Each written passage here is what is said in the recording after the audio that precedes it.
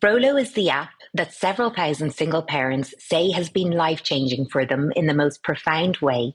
If you're a single parent and want to connect with other single parents and open yourself up to an amazing support network and new experiences, then the Frollo app is the one for you.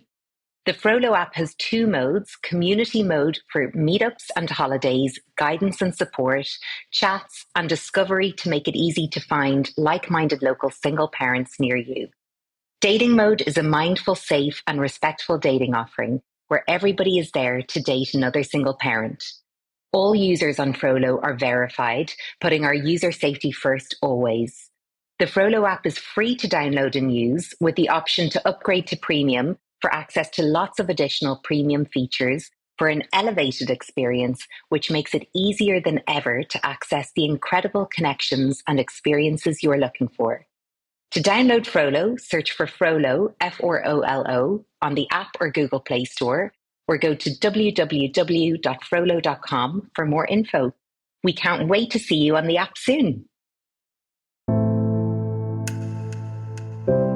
Hi, I'm Zoe Desmond, the founder of Frollo, the award-winning app for single parents that features both community and dating modes. And I'm also co-author, along with my wonderful friend Rebecca Cox, that I made through Frollo, of the book How to Be a Happy Single Parent. This season of the Frollo podcast features a series of conversations that include wisdom and guidance from some of the wonderful experts and single parents that feature in our book.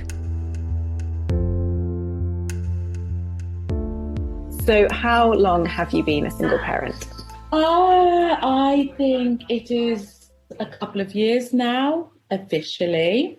I'm a lockdown cliche, and I told my ex that I wanted to separate during lockdown. But it was lockdown, and so there was another 6 months that we had to live together in the same bed together. Yeah, that's very together.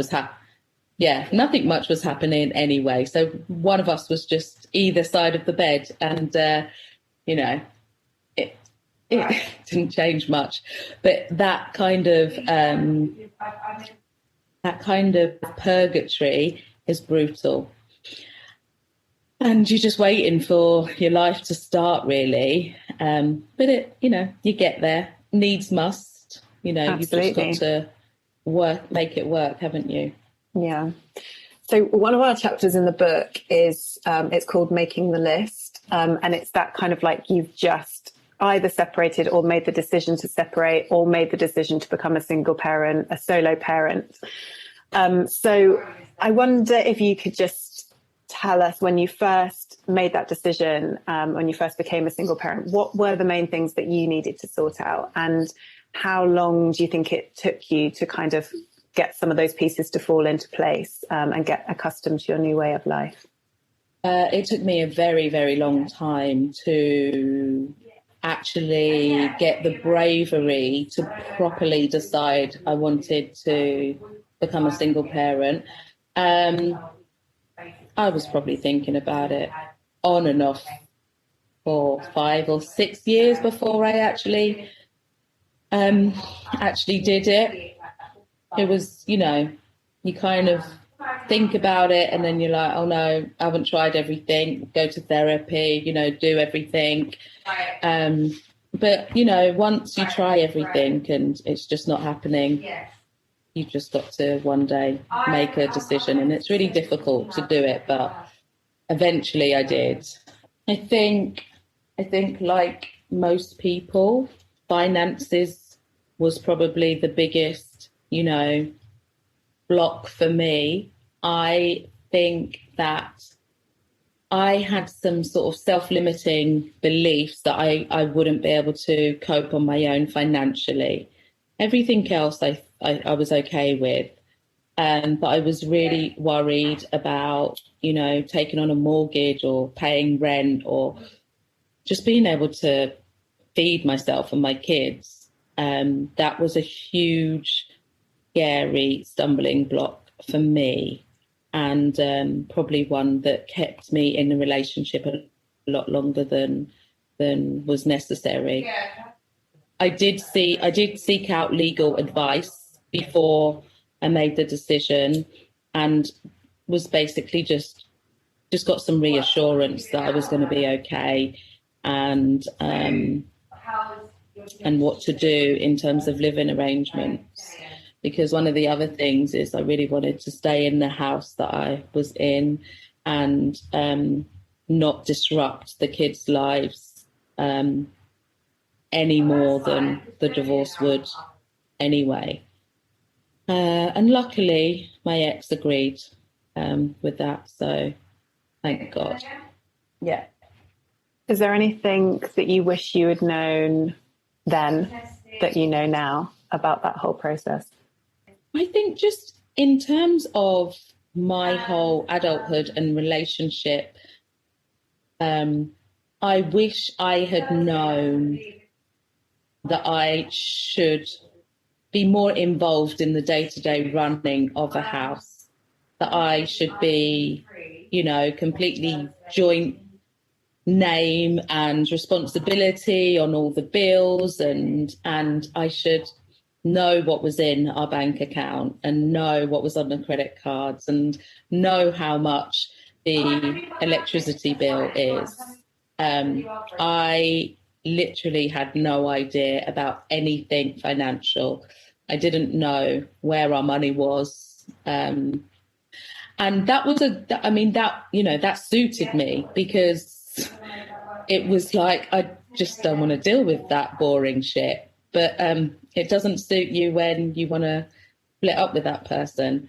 And I just thought, it's never going to happen. So it's okay not to know these things. But in fact, money is choice. Money empowers you to be able to have choices. So finances is one of it's a lot bigger than, we give it credit for. And it's really important to know where your money is and what's happening with it. Was there anyone or any source that you turned to help wrap your head around the finances piece? Yeah, I went to friends who had been through divorces, who could advise me, who were a little bit more financially savvy than me, and they recommended seeking legal advice as well. So I think two friends in particular who had fairly recently been through divorces and were single parents. One was a single parent. They were really great at giving me some good advice. I feel like every single parent has phoned up some sort of energy company or provider, and just they won't speak to you because you're not on the bill, and you're like, I live here. Let me in. It literally only happened yesterday. Sky called me up and like, hi, is Mr. Lee there? I'm like, oh God, he hasn't been here for like 2 years. Can you please take him off this account? I pay the bill. And they're like, oh no, you have to go through this department and all of this. I'm like, all right, I'll just be Mr. Lee for a while then.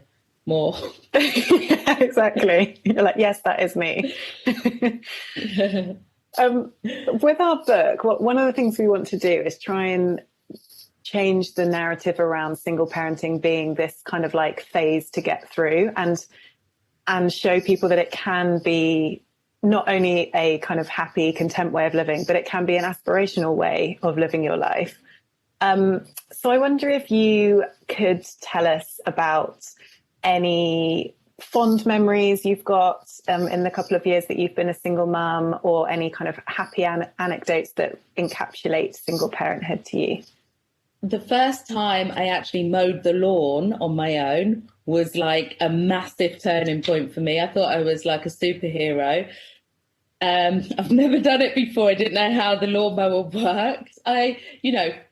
Despite being a very vocal feminist, I realised how gendered the roles were within our house. And I was it was quite a, light bulb moment.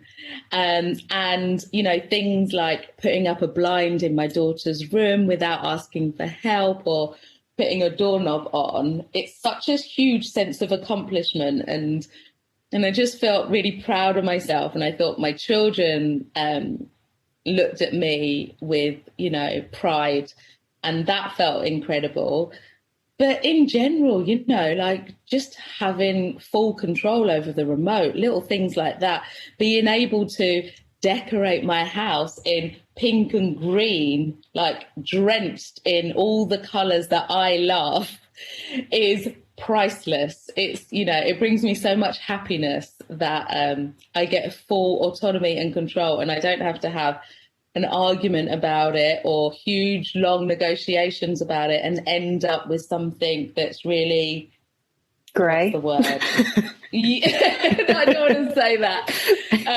But when you compromise on stuff, it ends up being like everything else, like everyone else's decor, because you've compromised and you go for the safe options. Well, now I don't have to compromise anymore, go for the safe options. And that's such a lovely, beautiful, freeing feeling. And just in general, I think my house is calm and it's welcoming. And I feel so much more calm. And I enjoy coming back to my house now. In fact, I don't like leaving it now. Whereas before I was out all the time. As any excuse I could get, I was out of the house. So yeah, my whole energy has changed, and it's really beautiful. I think that's such the being able to make your decisions on your decorating is such kind of a metaphor for single parent life in general, isn't it? It's like you can take risks, you can do things differently, you can kind of tear up the rule book and stop being safe about things and just be like, actually, no, I can do things in a different way, and that's absolutely fine. Yeah, exactly. You don't need anyone else's approval, so that's beautiful. And I think, I was in survival mode for so long. I was literally just, keeping my head barely above water. And now I'm able to focus on growth and focus on doing the inner work and looking at, my trauma and patterns and really sort of consciously able to expand. And, hopefully next time I have a relationship, I go into it with my eyes open and from a very, very different space than what I was with before. Yeah. And what a beautiful thing for our children to see as well, that positive change, that growth, that capacity to learn and to make mistakes and go in a different direction. I think that's an amazing lesson for them, isn't it? Yeah, absolutely. And I've got a really good relationship with my ex. We speak all the time. We co-parent really well, because that was one of the other huge fears for me. It was, divorce is difficult for children. It can be difficult for children. But what makes it really shitty is when there's so much fighting and toxicity around a divorce. And I wanted to really try and let go of my ego and try and make it as beneficial to them as possible. If there was, passive aggressive comments made or anything like that, you kind of let it slide, because that person, you're not living with that person anymore. You don't have to fight with them anymore. So really trying to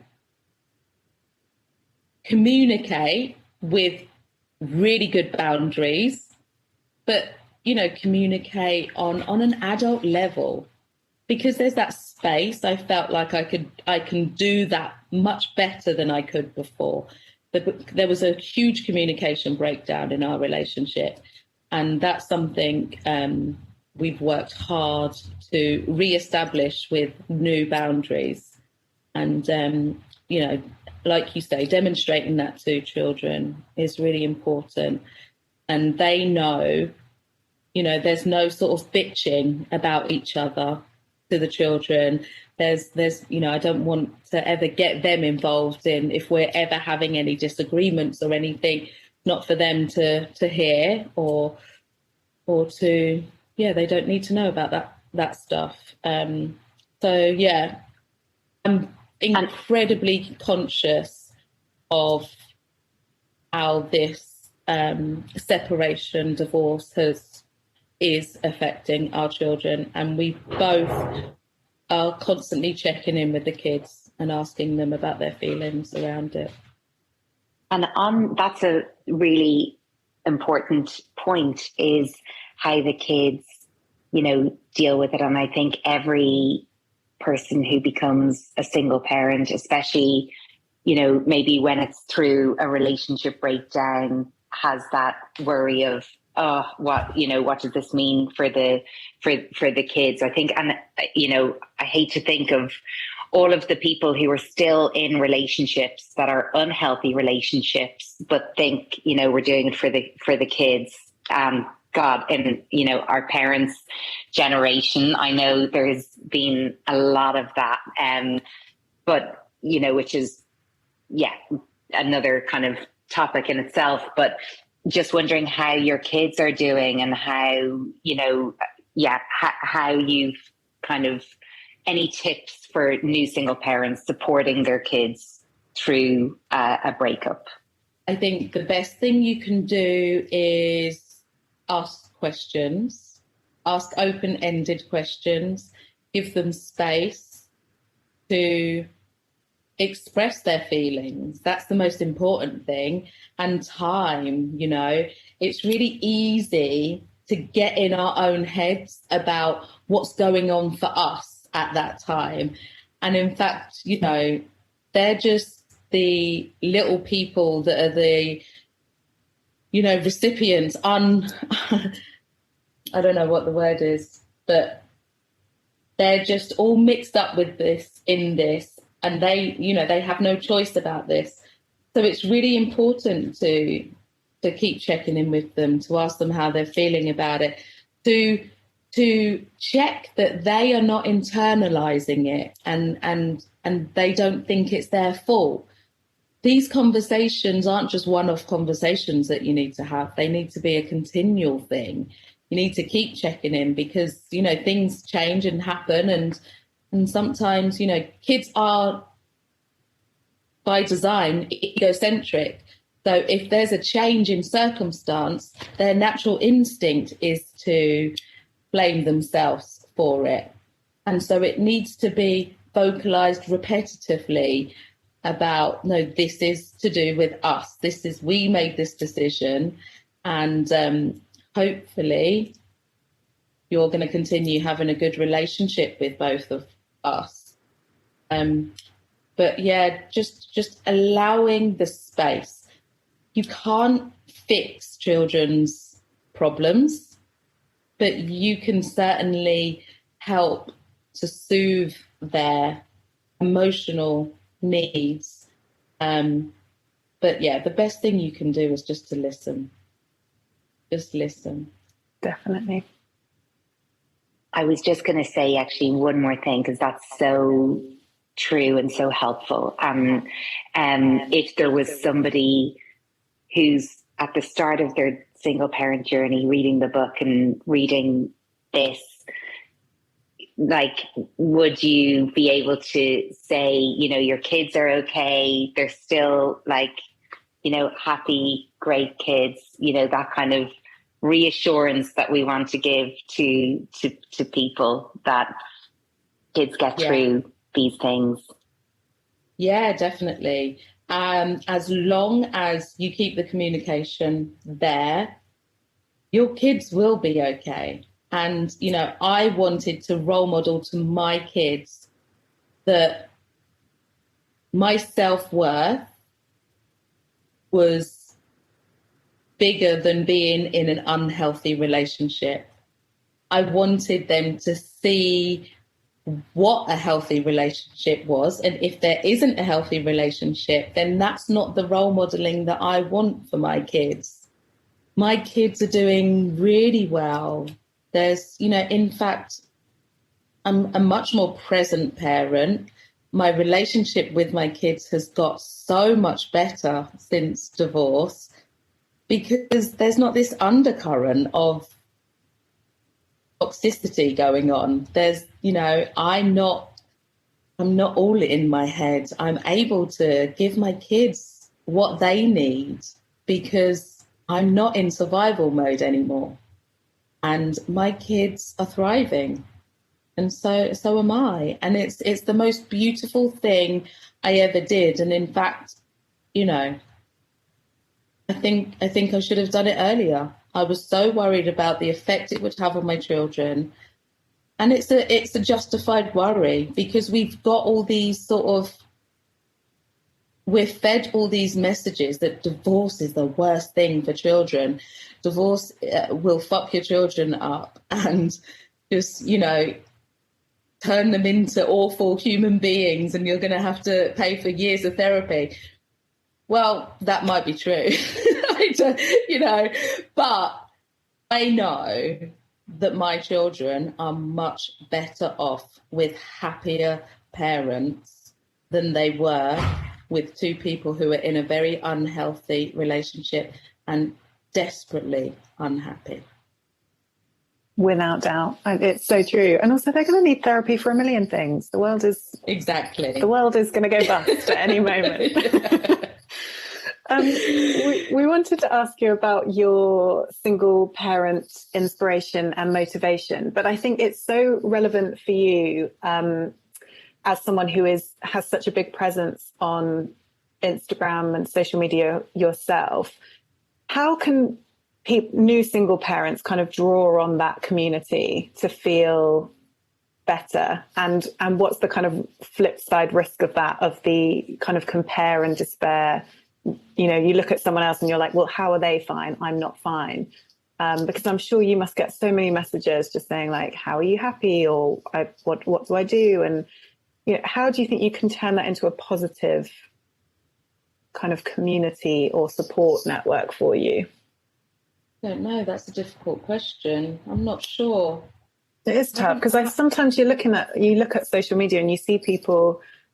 When I first became a single parent, I couldn't find any single parents. That was that was how Zoe and I met, was that initial, we both became single parents roughly around the same time. And it's so helpful to see other people in your situation in some ways. But then sometimes you look at them and you're like, I get messages from newly single parents saying, you're happy. Like, how are you happy? You look happy.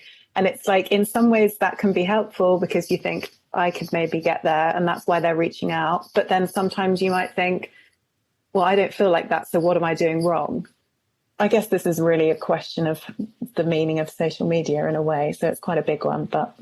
Yeah, it's a difficult one to answer. I did have friends who were really honest with me about the highs and the lows of single parenthood. So I felt like I had a really safe space and people who were really honest with me. It's not always a bed of roses, and you do have to do quite a lot of figuring out of things.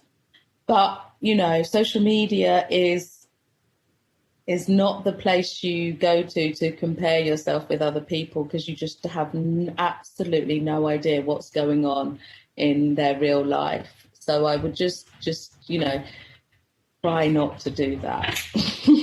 Because the people who are presenting a really positive, inspirational lifestyle on Instagram are probably the most performative, or the ones who are struggling the most. So it's not a good it's not something to get into. I think it's try and stay away from comparing yourself to that. But finding one or two single parents who you can connect with, who you can be honest with, who you can just, and laugh with, and who you can get advice from is really useful. Definitely, especially if they're in the same place at the same time. It's like if you've just split up or you've just adopted, or however you've come into single parenthood, it's like if you can find someone wearing the same shoes at the same time as you, that's just such an enormous help, isn't it? Yeah, it really is. And, I was brought up in a single parent family, so I think I already had a blueprint for it. Although it made me absolutely vehemently not want to be a single parent. But now I think about it going back now, it has helped me in terms of survival, and having a mum who knew what it was like was useful. Definitely. I call that my mum as a single mum. I'm always like, thanks, mum. Once a week. Actually, that's interesting. I'd love to ask both of you then what your views are of your mom now as an adult, as a single mom.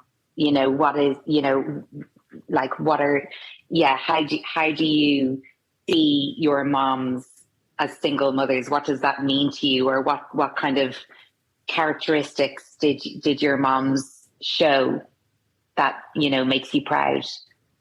Definitely resilience. Resilience is probably the biggest thing that I think I would attribute to my mum. I think I'm much more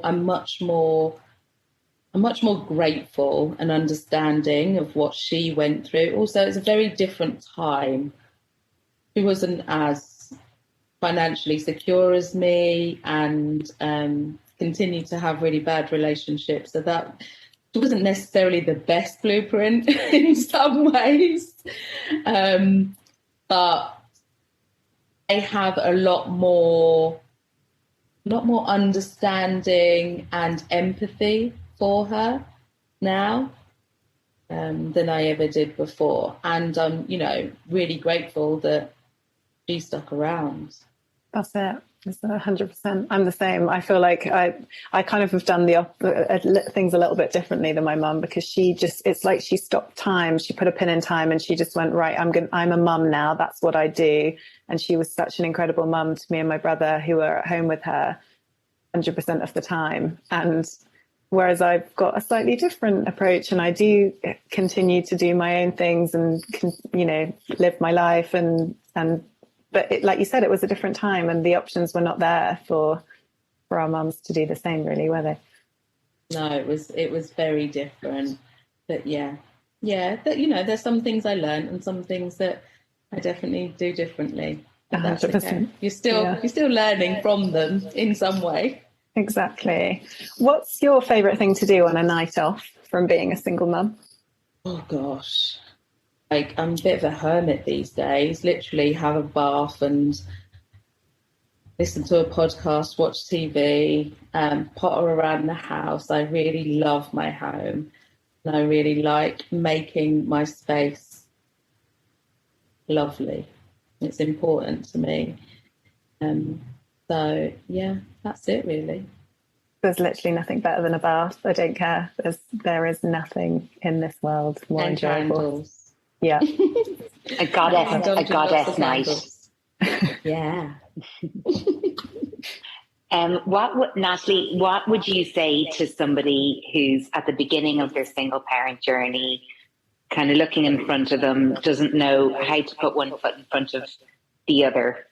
What would you tell them? I would say that you probably think that it looks like this big, huge, massive mountain that is impossible to climb. Break it down. Start making lists. Start writing the little things that you can tick off and the little things that will take you further on towards your goal. And, this whole big thing can be broken down into manageable pieces, and slowly but surely you will get there. Not as scary as you think it's going to be. It's going to be okay. You're going to get through it. And there is so much light at the other end of the tunnel. And that's a wrap for this week. I hope you enjoyed this week's episode. If you did, then I have one small favour to ask. Please can you take a minute to subscribe to the Frollo podcast and give us a rating and review. This really helps other single parents who might benefit from it find us. The Frollo app, which is fully user verified for user safety, is available on the Google Play Store and the App Store, and you can find out more info and download links at www.frollo.com or follow us on Instagram @FrolloApp. My co-host on this series of the Frodo podcast and co-author of the book How to Be a Happy Single Parent, Rebecca Cox, is on Instagram at Single Mother Edit. And you can purchase your copy of our book, How to Be a Happy Single Parent, at all the major book retailers. Until next time, have a great week.